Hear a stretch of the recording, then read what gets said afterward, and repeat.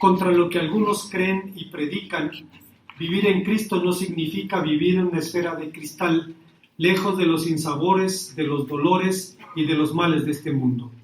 Seguramente por eso Charles Schulz dibujó a Charlie Brown, el adorable loser, regresando a su casa arrastrando el bat después de otra derrota en un partido de béisbol y preguntándose ¿por qué siempre perdemos si somos tan sinceros? Seguramente en algún momento todo verdadero cristiano tendrá que experimentar la adversidad y negarlo no lo librará de esa experiencia. Los mejores hombres de Dios han enfrentado crisis de fe. Así que la pregunta de Charlie Brown bien pudo formularla Josué, hijo de Nun, el personaje de nuestro relato en esta tarde, tras la inesperada derrota que sufrió ante los pobladores de Jai. Lo sorprendente es que esa ciudad, entre comillas, era realmente un montón de escombros. Era una villa arruinada y de hecho Jai en hebreo significa la ruina. En la guerra se gana o se pierde, pero desde el punto de vista militar, esta pequeña derrota podía significar un punto de inflexión en la conquista. Podía unificar a los reinos cananeos en contra de Israel. Sin embargo, el texto enseña que el verdadero problema de Israel no era militar. Su verdadero problema era de naturaleza espiritual. La conquista de la tierra prometida no era un proyecto imperialista, porque, hermanos, llamarle proyecto imperialista es una forma elegante de hablar de asalto a mano armada.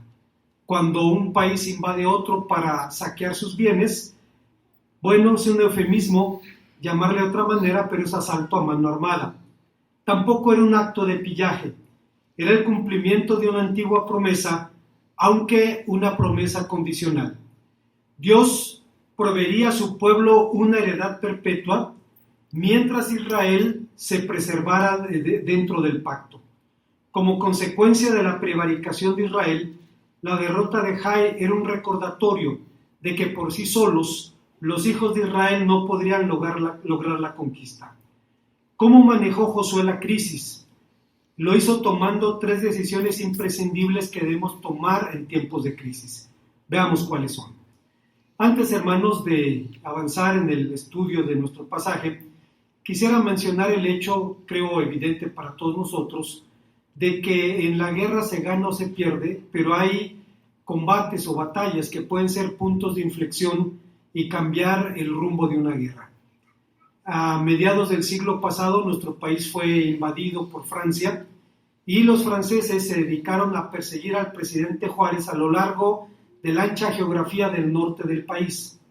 Los analistas, los historiadores dicen que los franceses cometieron 2 errores fatales. La primera, desconocían la grandeza del territorio mexicano. No imaginaron que fuera un país tan grande. Y la segunda, subestimaron la determinación de esos hombres de mantenerse libres. En algún momento de la intervención francesa hubo un pequeño combate que cambió el rumbo de la guerra. Fue en la comarca lagunera, en la hacienda de Santa Isabel, cerca de Parras de la Fuente, Coahuila, en donde los liberales derrotaron por primera vez a los franceses. Fue una derrota catastrófica, tomaron 80 soldados franceses como prisioneros, les perdonaron la vida y años después la República de Francia y el ejército francés entregó medallas a don Andrés Biesca, que era el comandante que los derrotó, por haber dado la vida a esos 80 soldados franceses. Fue el punto de inflexión que terminó en la ciudad de Querétaro, cuando finalmente los liberales pudieron capturar al emperador y pasarlo por las armas en el Cerro de las Campanas.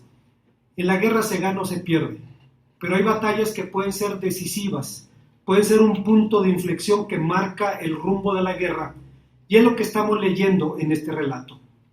La palabra de Dios nos habla del victorioso ejército israelita que avanza sobre la faz de la tierra ante el temor y temblor de sus enemigos, y al disponerse a tomar una villa arruinada, un montón de escombros son derrotados. Esto cala hondo en la conciencia del pueblo hebreo y lleva a Josué a tomar una serie de decisiones que son fundamentales frente a cualquier crisis que enfrentemos en la vida. Un rabino contemporáneo, se llama Joel Schwartz, escribió un librito que se llama Shoah, que es el nombre hebreo para el holocausto. Y es un estudio del holocausto desde el punto de vista judío. Y hay muchas cosas interesantes en él, pero no vamos a hablar de eso, sino simplemente mencionar que el rabino dice que en la tradición judía una manera de enfrentar las crisis es dar una mirada introspectiva, es mirar dentro del alma para ir luego a la palabra de Dios y buscar si hay maldad o hay falencias en la vida del creyente y entonces entender y justificar las razones de la tragedia. Josué hizo exactamente lo mismo. Fueron derrotados y de inmediato miró hacia su interior y tomó 3 decisiones fundamentales que es necesario que usted y yo tomemos en tiempos de crisis. La primera de ellas es que buscó sinceramente a Dios. La vida cristiana está llena de pruebas y desafíos y flaco favor le hacemos a Dios tratando de negarlo. Pare de sufrir es un chiste, es una broma. Ofrecerle a la gente la liberación del sufrimiento, comprando el pan de la abundancia, el agua de la purificación, el jabón del equilibrio y fetiche y medio, no soluciona los problemas que las personas viven. Hay en nuestra iglesia una hermana que conoció algo del evangelio en ese trasfondo y se dio cuenta, tiene que haber algo diferente, no puede ser que cada mes te salgan 800 pesos estar pagando el nuevo fetiche que te vendan allí para solucionar problemas que no se van a solucionar de manera mágica. Recuerdo también, hermanos, a una mujer dentista quien tenía una paciente que un día le dice, hermana, ayúdame a orar por mi hija, tiene cáncer y tiene un diagnóstico reservado, nada optimista, es un cáncer muy agresivo. Sí, hermana, cómo no, deme el nombre de su hija y vamos a orar por ella. Al siguiente mes se volvieron a ver, ¿cómo está su hija? Está sana. Declaramos sanidad y está sana, se acabó la enfermedad. Bueno, pues gracias a Dios, ¿no? Al siguiente mes se vuelven a ver, ¿cómo está su hija? Murió. ¿Cómo, hermano? Usted me dijo que estaba sana. Murió sana. Hermana, nadie muere de salud. Nadie se muere. Por eso, hay una corriente en el mundo evangélico de personas que creen en la declaración positiva. Lo que crees, recibes. Y creen que si usted declara enfermedad o reconoce la enfermedad, le da poder al adversario sobre su vida y sobre su cuerpo. Mi pregunta es, ¿dónde enseña la Biblia eso? ¿Dónde está en la palabra de Dios? Eso viene de filosofías humanas. Eso viene de filosofías de hombres. Porque a final de cuentas Dios puede utilizar la adversidad para formar nuestro carácter. A Dios le importa más nuestro carácter que nuestros sentimientos, nuestra eternidad que nuestra tranquilidad. Y puede utilizar la adversidad para formarnos y para ayudarnos a enfrentar con entereza las cosas que van a caracterizar la vida de los seres humanos. Así es que hacemos un flaco favor a Dios negando el dolor y el sufrimiento. Bíblicamente hablando, declarar sanidad, declarar prosperidad, declarar victoria, es lo mismo que hacen los niños cuando juegan y dicen 1, 2, 3 por todos mis amigos. Es un conjuro infantil que no termina con el mal, pues ni Cristo, ni Pablo, ni los apóstoles enseñaron jamás eso. La declaración positiva se funda en el deísmo, en una idea que viene del ya malamente llamada metafísica y no de la palabra de Dios. Promete una vida mágica, exenta de dificultades que sin embargo tarde o temprano terminará desilusionando a sus crédulos seguidores. Es la razón por la que Martyn Lloyd-Jones, un predicador británico del siglo pasado, y hemos hablado de él en varias ocasiones. Martyn Lloyd-Jones era un médico que era parte del cuerpo médico de la reina Isabel II, pero toda su vida luchó con el llamado al ministerio y un día decidió dejar su carrera de médico para hacerse pastor. Él no lo sabía, Dios le cambió de trabajo, pero no de patrona. Dejó de ser el doctor de la reina para convertirse en el pastor de la reina. Llegó a ser predicador en la abadía de Westminster y dijo algo muy interesante respecto a esta mítica vida cristiana sin dolor y sin sufrimiento. No hallo nada más desalentador en la vida espiritual que encontrarme con aquellos que dan la impresión de vivir siempre en la cumbre de la montaña.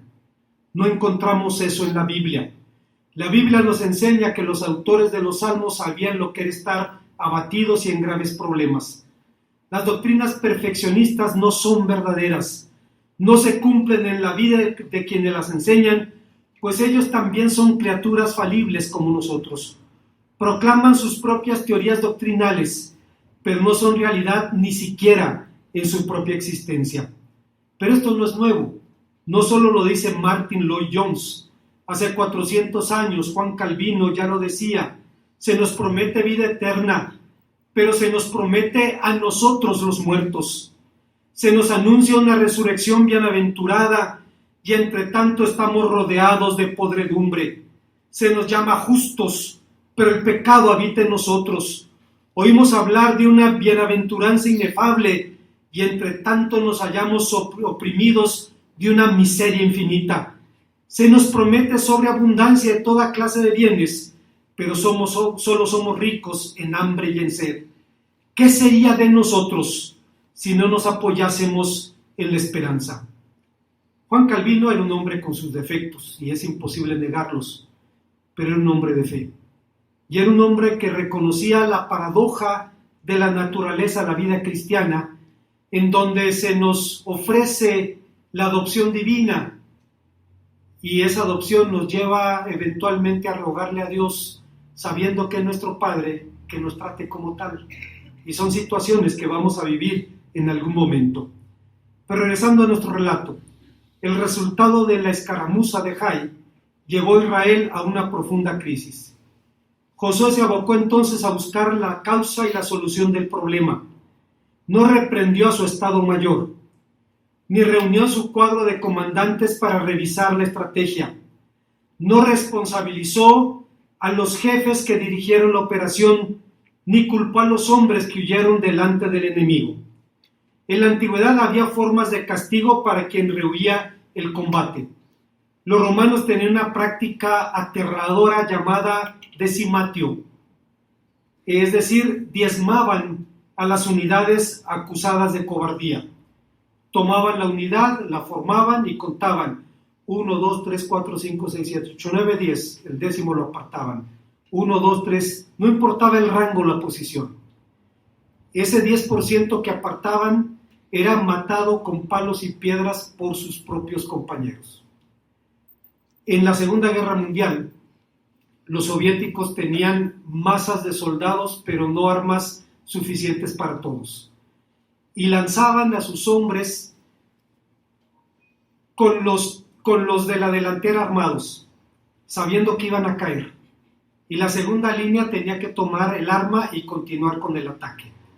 Y decía José Stalin: en mi ejército es más peligroso retroceder que avanzar, porque detrás de los soldados venían los comisarios del partido, pistola en mano, para disparar a los soldados que huyeran. Era implacable, era una forma de castigar la cobardía o la deserción.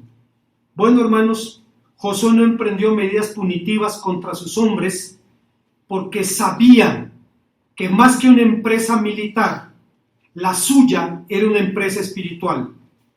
Si Josué hubiera mandado 20,000 hombres o 40,000 hombres para tomar un montón de escombros, el resultado no hubiera sido el mismo, hubiera sido mucho peor, porque el verdadero origen de la derrota tenía que ver con la relación del pueblo con Dios. De modo que quebrantado buscó al Señor y le dijo: soberano Señor, ¿por qué nos hiciste cruzar el río Jordán si vas a dejar que los amorreos nos maten? Si tan solo nos hubiéramos conformado con quedarnos al otro lado del río. Señor, ¿qué puedo decir ahora que Israel tuvo que huir delante de sus enemigos? Pues cuando los cananeos y los demás pueblos sepan lo que pasó, nos rodearán y borrarán nuestro nombre de la faz de la tierra. Josué sabía que con el Señor Israel sería invencible, pero sabía que si Dios se apartaba de ellos, entonces el pueblo sería aniquilado. La oración de José contiene una queja, casi un reproche, parecida a aquella queja y reproche que los israelitas pronunciaron contra Moisés y Aarón en el desierto. Ellos le dijeron: ¿por qué nos trajiste aquí para que nos maten? Josué parece decir exactamente lo mismo, pero hay una gran diferencia entre el reclamo de un pueblo rebelde y la oración de Josué. Hay una enorme diferencia entre la murmuración de un pueblo rebelde y contradictor y el mensaje atrevido de la fe de Josué, que lucha con Dios en la oración. Hay una enorme diferencia entre la incredulidad y la fe que sabe que Dios no va a cambiar sus propósitos y no va a mutar tampoco sus intenciones para con su pueblo. Josué sabía que el Señor no apartaría ni alteraría sus propósitos de gracia. Así pues, tanto Josué como los ancianos de Israel se dispusieron en respuesta a la crisis a buscar al Señor. Fueron al tabernáculo, al lugar del encuentro, y se postraron rostro en tierra hasta la tarde. Derramaron sus almas delante del Señor. Vinieron a Dios con la misma actitud que decía Carlos Spurgeon cuando afirmaba: venir a Cristo es una frase común en la Biblia que se usa para describir esas acciones del alma por las que, abandonando de inmediato nuestros pecados y nuestra propia justificación, vamos a Dios y a Jesucristo y recibimos su gracia para revestirnos de ella y su sangre para que sea nuestra expiación. Venir a Cristo entonces encierra el arrepentimiento, la negación de uno mismo, la fe en el Señor Jesucristo. Incluye todas las cosas que son el acompañamiento necesario de estos grandes estados del corazón, tales como la creencia en la verdad, la diligencia en la oración a Dios, la sumisión del alma a los mandamientos del Señor y todas las cosas que acompañan el amanecer de la salvación del alma. Va Josué y van los ancianos y se postran delante de Dios y no hacen otra cosa sino clamar su misericordia. Pero esa decisión fue el inicio de un diálogo en el que cuando Dios habló, lo hizo de manera contundente. Le dice a Josué: levántate, ¿por qué está tu rostro sobre la tierra? Israel ha pecado, ha roto mi pacto, robaron lo que les ordené que apartaran para mí. No solo lo robaron, sino que mintieron y escondieron los objetos robados entre sus pertenencias. Por esa razón los israelitas huyeron derrotados de sus enemigos, y ahora mismo, como ese botín debía ser apartado para la destrucción, Israel será apartado para la destrucción. No seguiré más con ustedes, a menos que destruyan las cosas que guardaron y que estaban destinadas para ser destruidas. Para la mayoría de nosotros, este concepto de Jerem, del anatema, es un concepto oscuro porque tiene connotaciones rituales, pero es la idea de que algo era de Dios y para Dios y no podía tocarse de otra manera. Hay muchas formas prácticas de entender esto, aunque algunos pueden escandalizarse cuando ven actitudes así. Recuerdo hace unos años, en un campamento juvenil en Michoacán, una chica llevaba su guitarra y la utilizaba para los tiempos de adoración, para la alabanza en el campamento. Pero en Michoacán hay una tradición de que la última noche de campamento los jóvenes pueden invitar a una chica a cenar. Porque entre paréntesis, que no se lo digan a nadie, que no salga de aquí por favor. Pero entre paréntesis, uno de los propósitos del campamento es que los muchachos cristianos conozcan muchachas cristianas. Bueno, llega un chico y le dice: ¿me puedes prestar tu guitarra? Quiero llevar serenata. Y la muchacha le dice: discúlpame, no te la puedo prestar. ¿Por qué? Porque yo le pedí a Dios que me diera una guitarra para adorarlo a Él. Y la consagré a Dios, la dediqué a Él. No puede usarse para otra cosa. Tal vez a alguien le resulte extraño eso, pero es una idea más o menos de este concepto de anatema, de algo consagrado para Dios. Hay una segunda decisión que toma Josué. Empieza en primer lugar buscando a Dios, en segundo lugar mostrando genuina contrición. No hay mayor contraste en este libro que el fin del capítulo 6 y el principio del capítulo 7. Josué 6 termina diciendo: y estaba el Señor con Josué, y su nombre se divulgó por toda la tierra. Cuando la Biblia dice que Dios está con alguien, está marcando un punto y aparte. José fue vendido en la tierra de Egipto a Potifar, que era el verdugo, sería la mejor traducción, del faraón. El que hacía el trabajo sucio del faraón. Cuando el faraón decía, convendría que éste se callara, Potifar hacía que se callara. Era el verdugo del faraón. El adulterio se penaba con la muerte, razón por la cual nos preguntamos por qué Potifar no mató a José. Algo le sabría a su mujer, que lo dejó con vida. Fue a la cárcel, pero el autor sagrado dice, pero el Señor estaba con José.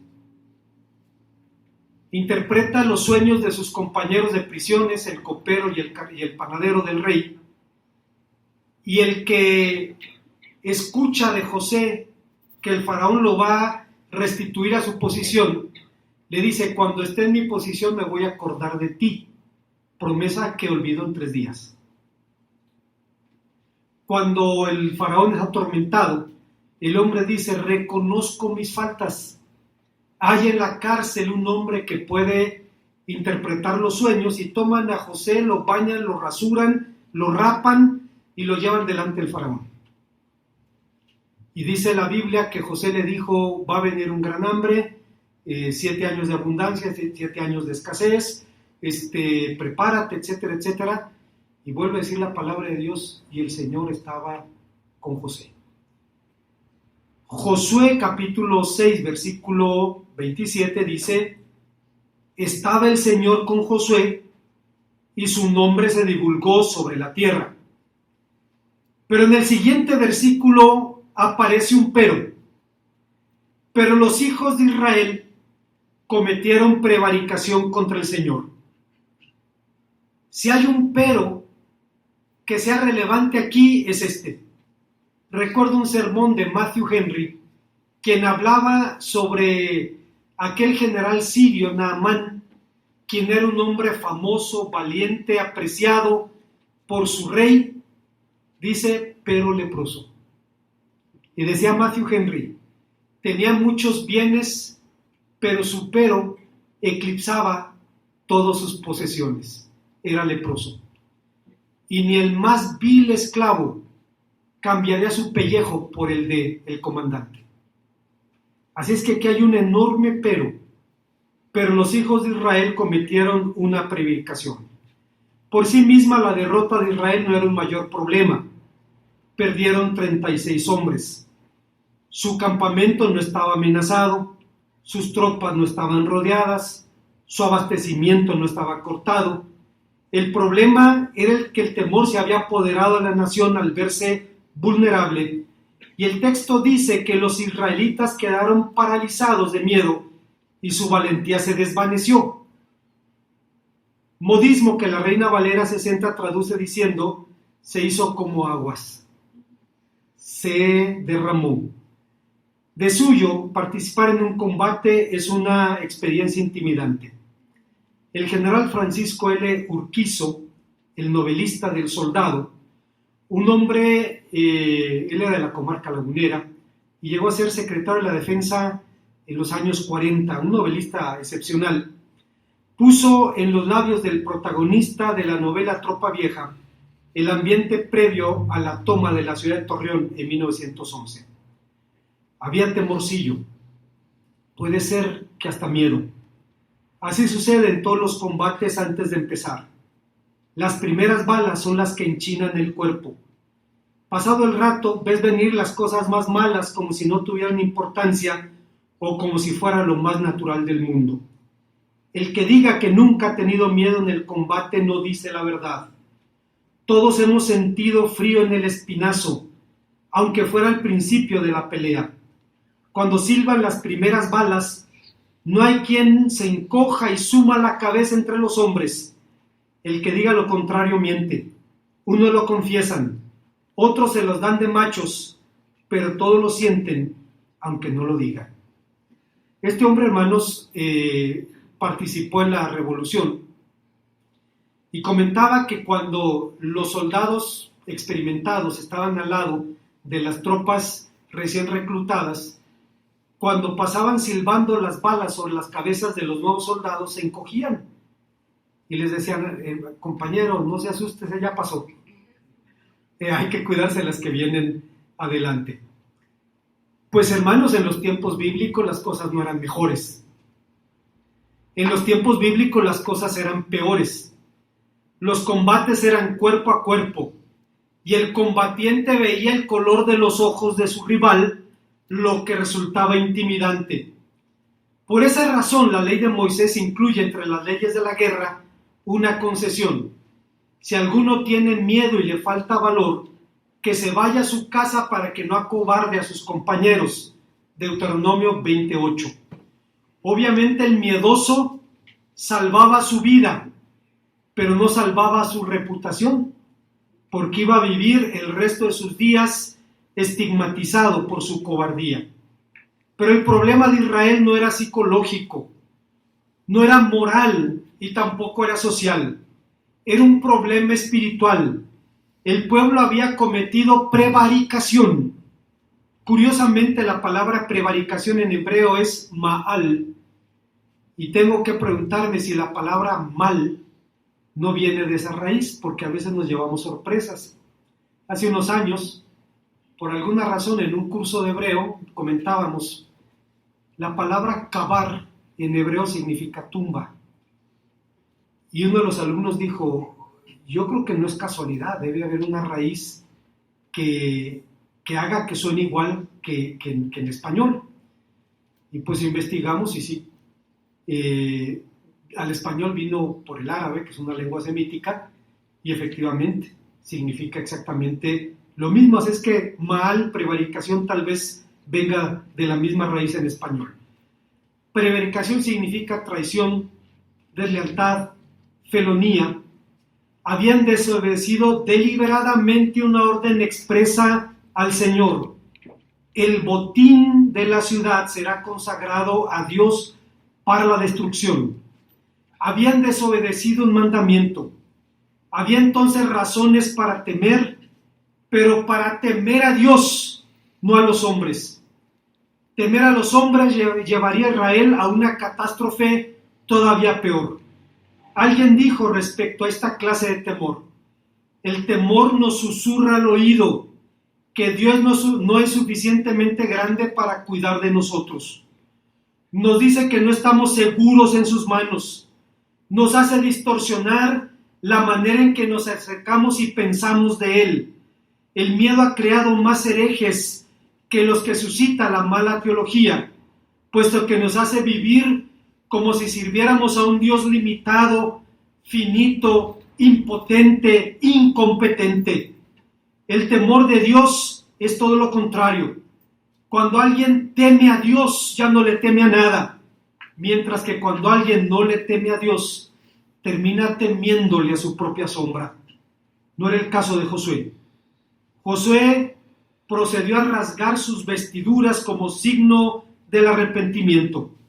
Mostró los signos externos del quebranto interno, de su verdadera contrición.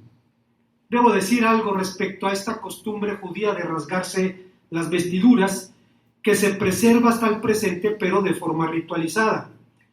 Cuando una familia judía sufre una pérdida, la mujer puede rasgarse las vestiduras con una tijera, de manera horizontal, arriba del seno, más o menos, por razones obvias, se trata de no exhibirse. El hombre puede hacer una rasgadura vertical con las manos como un signo de duelo. Bueno, hermanos, Josué rasga sus vestiduras como signo de su arrepentimiento, y R.C. Sproul, un predicador reformado que acaba de fallecer hace unos 2 años, define esta actitud de la siguiente manera. Los teólogos distinguen dos clases de arrepentimiento. Primero es la atrición, con A, atrición. La atrición es un arrepentimiento falso o espurio. Comprende el remordimiento causado por el temor al castigo o la pérdida de una bendición. Cualquier padre ha comprobado la atrición de su hijo cuando lo agarra con las manos en la masa.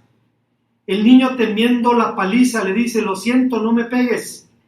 Y estas plegarias, junto con algunas lágrimas de cocodrilo, suelen ser signos de un remordimiento insincero por haber actuado mal. Fue el tipo de arrepentimiento de Saúl. No se lamentaba por haber pecado, sino por perder la primogenitura. La atrición, entonces, es el arrepentimiento motivado por un intento de obtener un boleto que nos saque del infierno o evitar el castigo. Ese es el falso arrepentimiento. La contrición, el otro tipo, es el arrepentimiento verdadero y piadoso. Es genuino, comprende un remordimiento profundo por haber ofendido a Dios. La persona contrita confiesa su pecado de manera abierta y completa. No intenta buscar excusas o justificaciones. Este remordimiento del pecado viene acompañado de la voluntad de hacer una restitución siempre que sea posible y una resolución de abandonar el pecado. Es el espíritu de David en el Salmo 51 cuando dice: crea en mí, oh Dios, un corazón limpio y renueva un espíritu recto dentro de mí. Los sacrificios de Dios, dice David, son el espíritu quebrantado. Al corazón contrito y humillado no despreciarás tú, oh Dios. Cuando le ofrecemos a Dios nuestro arrepentimiento en un espíritu de verdadera contrición, Él promete perdonarnos y restaurarnos a la comunión con Él. Yo he pensado mucho en cómo pudo haber orado David si no se hubiera arrepentido. Señor, perdóname por lo que hice, pero Señor, ¿cómo esta mujer se baña donde la puedan ver? Señor, perdóname por lo que hice porque el diablo me tentó. Señor, ¿cómo es que hagas una mujer así? O sea, encontramos 1000 pretextos, hermanos. Pero David no hizo nada de eso. Ten piedad de mí, contra ti solo he pecado. Y es lo que hace Josué. Busca a Dios, procede a un genuino arrepentimiento y en tercer y último lugar, toma las medidas radicales, para solucionar su problema. Josué recibió claras direcciones de Dios sobre lo que debía hacer para cortar el mal en Israel. Anatema hay en medio de ti, no podrás hacer frente a tus enemigos hasta que hayas quitado el anatema en medio de vosotros. Aunque solo Acán prevaricó contra el Dios del pacto, 36 hombres murieron por su pecado, lo que nos recuerda que nuestros hechos no solo nos afectan a nosotros, afectan a los demás y afectan también a nuestros seres amados. Cuando los psicólogos hacen un mapeo familiar, a ver cómo era tu padre, cómo era tu abuelo, generalmente si el papá era una figura ausente, periférica, el hijo lo va a hacer y el nieto va a repetir también el patrón. Nuestros hechos no solo nos afectan a nosotros, afectan a los que nos rodean y afectan a los que decimos amar. La respuesta divina fue entonces: quita el anatema de en medio de Israel. En otras palabras, Josué debía cortar radicalmente con la causa de la crisis. Hoy escuchamos, sin embargo, objeciones moralistas, entre comillas, al concepto de jerem, de anatema. Dios había ordenado a Israel que el botín obtenido en la batalla debía ser destruido como un signo de la entrega total a Él. Se ha dicho que la bondad de Dios no es compatible con una sentencia de muerte a un hombre por un acto de pillaje. Pero si lo pensamos bien, si nos detenemos a pensarlo, es posible que después de todo este concepto no nos resulte tan extraño. Al margen de nuestra opinión sobre la pena de muerte, y entre paréntesis yo declaro mi postura, soy enemigo de la pena de muerte. La Biblia no enseña la pena de muerte. Aun cuando en el Antiguo Testamento estaba, si interpretamos toda la Biblia no hay lugar para ella. Y el respeto a la vida humana se muestra respetando incluso la vida del peor criminal. Pero es mi postura. Al margen de su postura, las legislaciones vigentes de los países civilizados la contemplan, por ejemplo, en casos de traición en estado de guerra. La constitución de este país, la contemplaba, no sé si todavía.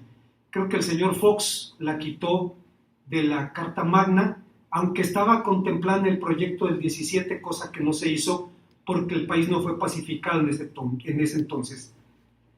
La pena de muerte está en las constituciones de los países civilizados.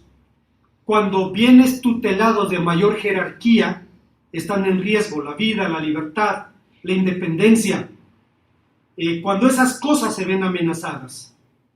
Escuche usted, el actual Estado de Israel, heredero directo de las tradiciones del Antiguo Testamento, nació con una constitución sin pena de muerte, pero fue enmendada para poder colgar al SS coronel Adolf Eichmann, a quien juzgaron por crímenes de lesa humanidad, responsabilizándolo de aplicar la muerte a 6 millones de judíos. Desde la conciencia de un pueblo cuyo credo era el monoteísmo radical, el delito de Acán era el más abominable de todos los crímenes. Era un delito de mano alzada. Números 15:30 habla de pecados de mano alzada. ¿Qué es un pecado de mano alzada? Es cuando Dios dice no y el hombre dice sí. Se le pone ante Dios, levanta la mano ante él y dice sí. El pecado de Acán fue un crimen de lesa majestad. Fue un crimen contra el rey. Pero hay algo interesante en lo que Josué hizo en este pasaje. No me refiero al hecho de echar suertes, que era una práctica común en el Antiguo Oriente y en la Biblia también, pero vea usted, la Biblia habla de echar suertes, pero nunca dice cómo. ¿Por qué? ¿Quién nos ayuda? Hermana Laura. Claro. Si no lo dice y lo hacemos, imagínense si lo dijera. Para que no lo hagamos. No me refiero a eso. Me refiero al tiempo que tomó identificar primero la tribu infractora. Fueron los judíos. Luego el linaje del que venían. Luego la familia. Y luego la persona. Tomó tiempo. Pero creo yo en este procedimiento se evidencia que el Señor es paciente, no queriendo que nadie perezca, sino que todos vengan al arrepentimiento. Pero Acán no dijo una sola palabra. Esperó hasta el último momento, hasta el momento en que Josué lo conjura y le dice, declárame la verdad y no me la encubras. Y entonces el hombre confiesa su pecado. Nunca falta quien se cree más justo que Dios y se ha considerado injusto que el culpable muriera con toda su familia. Se acusa a Dios de injusticia al hacer morir al justo con el culpable, pero tradicionalmente judíos y cristianos estamos de acuerdo en un punto. La familia de Acán conoció su pecado y lo calló. Fíjense lo que dicen los sabios de Israel. ¿Por qué también fueron muertos los hijos y las hijas de Acán? Porque ellos sabían del asunto, pero no dijeron nada. Fueron condenados a ser apedreados y quemados. A ser apedreados porque sabían y lo ocultaron, y fueron quemados porque 36 justos murieron por su responsabilidad. Acán llegó a su casa cargando un gran envoltorio. Hizo un agujero en medio de la casa, la cubrió con tierra y su familia debió saberlo. Pero ese pecado provocó una terrible crisis en el pueblo de Dios, tal como ocurre en el día de hoy. Puede erosionar el testimonio, que es el único argumento con el que el cristiano puede hablar de Cristo al mundo. Solo es posible demostrar el reino de Dios cuando Dios es el Rey en nuestra vida y en nuestras comunidades. ¿Con cuánta razón diría Carlos Spurgeon? Hipócrita, Te decimos que eres un necio cuando piensas en albergar un pecado secreto. Eres un necio por una razón simple: tu pecado no es un pecado secreto, es conocido y será revelado un día, y tal vez muy pronto. Tu pecado no es ningún secreto porque el ojo de Dios lo ha visto. Tú has pecado delante de Dios, has cerrado tu puerta, has corrido tus cortinas, te has ocultado de los ojos de Dios, pero el ojo de Dios traspasa la oscuridad y las sombras que te rodean son tan claras para Él como la luz del mediodía para el ojo de aquel que ve todas las cosas. ¿Acaso no sabes, oh hombre, que todas las cosas están desnudas y abiertas ante los ojos de aquel a quien tendremos que rendir cuentas? Cuando los antiguos sacerdotes hundían su cuchillo en las entrañas de las víctimas y descubrían el corazón y el hígado y todo lo que estaba contenido dentro, así eres tú, oh hombre, visto por Dios, cortado a dos mitades por el Todopoderoso. No tienes una cámara secreta donde te puedas esconder. No tienes un sótano oscuro donde puedas encubrir tu alma. No es posible que te escondas de Dios. Tu pecado ha sido fotografiado en el cielo. En suma, no nos escandalice la ejecución de Adán, ni nos mueva la conmiseración, porque con todo respeto, todos, usted y yo, llevamos un Acán por dentro. Se trata precisamente de matarlo. Se trata de que no viva y no se mueva. Y mientras no lo hagamos, no podemos librarnos de sus peligros. Como conclusión, para una fuerza de ocupación, mostrar debilidad es una invitación al desastre.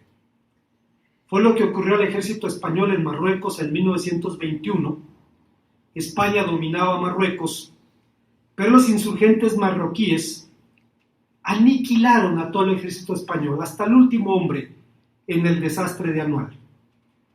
El ejército español llevaba 100 años en el que le habían pateado el trasero en América, en Asia, y ahora les tocaba en África también. Ocuparon el lugar, y cuando los patriotas marroquíes vieron las debilidades de los españoles, pasaron de la noche a la mañana de 3.000 rebeldes a 11.000, engrosando sus tropas con empleados de la colonia española, policías y tribus aliadas de España. Los españoles tuvieron un desastre total. Se estima que murieron 10.000 españoles en una proporción de 10-1. 10 españoles por cada marroquí, lo que es una sorpresa, porque en la guerra de Vietnam, hermanos, la proporción de bajas fue 61.000 vietnamitas por cada norteamericano. Se llenaban 2 estadios La Corregidora de cadáveres vietnamitas por cada cadáver norteamericano. Y a pesar de eso ganaron la guerra. Sumando sus bajas, los españoles sufrieron la pérdida del material de guerra, la destrucción de vías férreas, fábricas, toda la infraestructura colonial. Pero peor aún, cuando vemos las fotografías del desastre y vemos cómo quedaron las tropas españolas tendidas en el desierto, momificadas por el sol, desnudas y vandalizadas por los marroquíes, sigue siendo una visión enfermiza, perturbadora. Esto puede darnos una idea de los fantasmas que debieron atormentar a los hijos de Israel tras la derrota. Fue la razón de esa profunda crisis, pero fue también la razón de su gran victoria. Con todo su impacto, la victoria cananea fue una victoria pírrica, efímera. Matthew Henry dijo: fue una victoria costosa para los cananeos, porque debido a ella Israel despertó, se reconcilió con Dios, y el pueblo cananeo solo se endureció para su propia ruina. ¿Qué nos enseña este relato? Pare de sufrir, es un chiste. Compre el jabón de la purificación, el pan de la abundancia, el agua del equilibrio, y va a seguir sufriendo.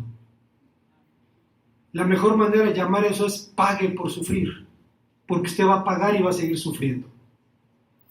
Declarar sanidad, prosperidad, etcétera, etcétera, es lo mismo que hacen los niños cuando dicen 1, 2, 3 por todos mis amigos. Es un conjuro infantil que no nos redime, no nos exime de los sufrimientos. Es querer quitarle a Dios de la mano un instrumento que usa para formar nuestro carácter. Así es que la pregunta, hermanos, aquí es ¿qué nos enseña este pasaje? Nos enseña, hermanos, que las crisis no se rehuyen, se enfrentan. Bonhoeffer comentaba la pasión de Cristo en el Getsemaní y llama la atención algo que yo nunca había pensado. Dice que Cristo le dijo: Padre, si es posible que pase de mí esta copa, y que Dios no movió su boca para responder. Dice Bonhoeffer, porque Dios ya le había dado una respuesta. La respuesta es: la copa pasa cuando te la tomas. Las crisis no se huyen, se enfrentan. A Dios le importa más nuestro carácter que nuestros sentimientos, nuestra eternidad que nuestra tranquilidad. Pero nos enseña también en este pasaje el camino para enfrentar toda crisis. Primero nos enseña que en todo momento, y especialmente en los momentos de crisis, debemos buscar a Dios con todo el corazón. Segundo, nos enseña que el arrepentimiento, que la genuina contrición es la mejor vía para acercarnos a Él. Y finalmente nos enseña que una vez que tenemos palabra suya, debemos ponerla por obra, por caro que nos resulte. Aun cuando tengamos que prescindir lo más amado, incluso los pecados que más amamos. Resulta sintomático que tras la victoria sobre ese montón de ruinas que era Hai, que como dijimos, Hai en hebreo significa la ruina, Josué, dice la palabra de Dios, ofreció un sacrificio de paz. Le dijo a Dios: Señor, estamos en paz contigo, hemos hecho tu voluntad. Y lo segundo que hizo es que volvió a los fundamentos. Dice la palabra de Dios que convocó a toda la nación y leyó la ley delante de ellos. Después de esto leyó las palabras de la ley, las bendiciones y las maldiciones, conforme a lo que está escrito en la ley, y no hubo palabra alguna de todo lo que mandó Moisés que Josué no hiciera leer delante de toda la congregación, de las mujeres, de los niños y de los extranjeros que moraban entre ellos. Cuando dice las bendiciones y las maldiciones, se refiere a Deuteronomio 28. Es el libro que lleva ese nombre. Y empieza diciendo: he puesto delante de ti el camino de la vida y el camino de la muerte. Escoge pues el camino de la vida para que te vaya bien, para que sea de larga vida, y empieza a enumerar las bendiciones de la obediencia. Pero si no lo haces, describe las maldiciones de la desobediencia y termina diciendo: y comerás la carne de tus propios hijos. Cuando derrotaron al enemigo, Josué ofreció un sacrificio de paz, diciéndole a Dios: Señor, nos hemos reconciliado contigo haciendo tu voluntad. Necesitamos volver al fundamento. Y dice: no hubo palabra de la ley que no leyera delante de los niños, delante de los viejos, las mujeres, para que recordaran que su esperanza y su éxito dependían de su fidelidad a la palabra de Dios. Es inevitable, hermanos, enfrentar crisis en la vida. Es inevitable. Nos guste o no, las vamos a vivir. Pero Josué tomó 3 decisiones. Buscó a Dios, procedió a un genuino arrepentimiento y puso en práctica lo que Dios le mandaba. Termino con esto. John Piper tiene un documento valiosísimo y le recomiendo que lo descargue por ahí. Se llama 10 cosas, me recuerdo el título. Se llama No desperdicie su cáncer.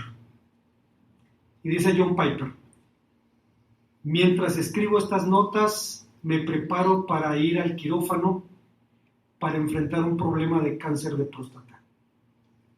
Y hay 10 cosas que la enfermedad nos puede enseñar. Y dice, entre otras cosas, desperdicias tu cáncer si después de la enfermedad sigues viviendo como vivías antes. Si sigues amando los mismos pecados, no te sirvió de nada lo que atravesaste. Y es lo que hizo Israel. Buscó a Dios, se convirtió, y hermanos, por terrible que sea, cortó de tajo lo que le había sido tropiezo. Y entonces le dijeron a Dios, estamos en paz.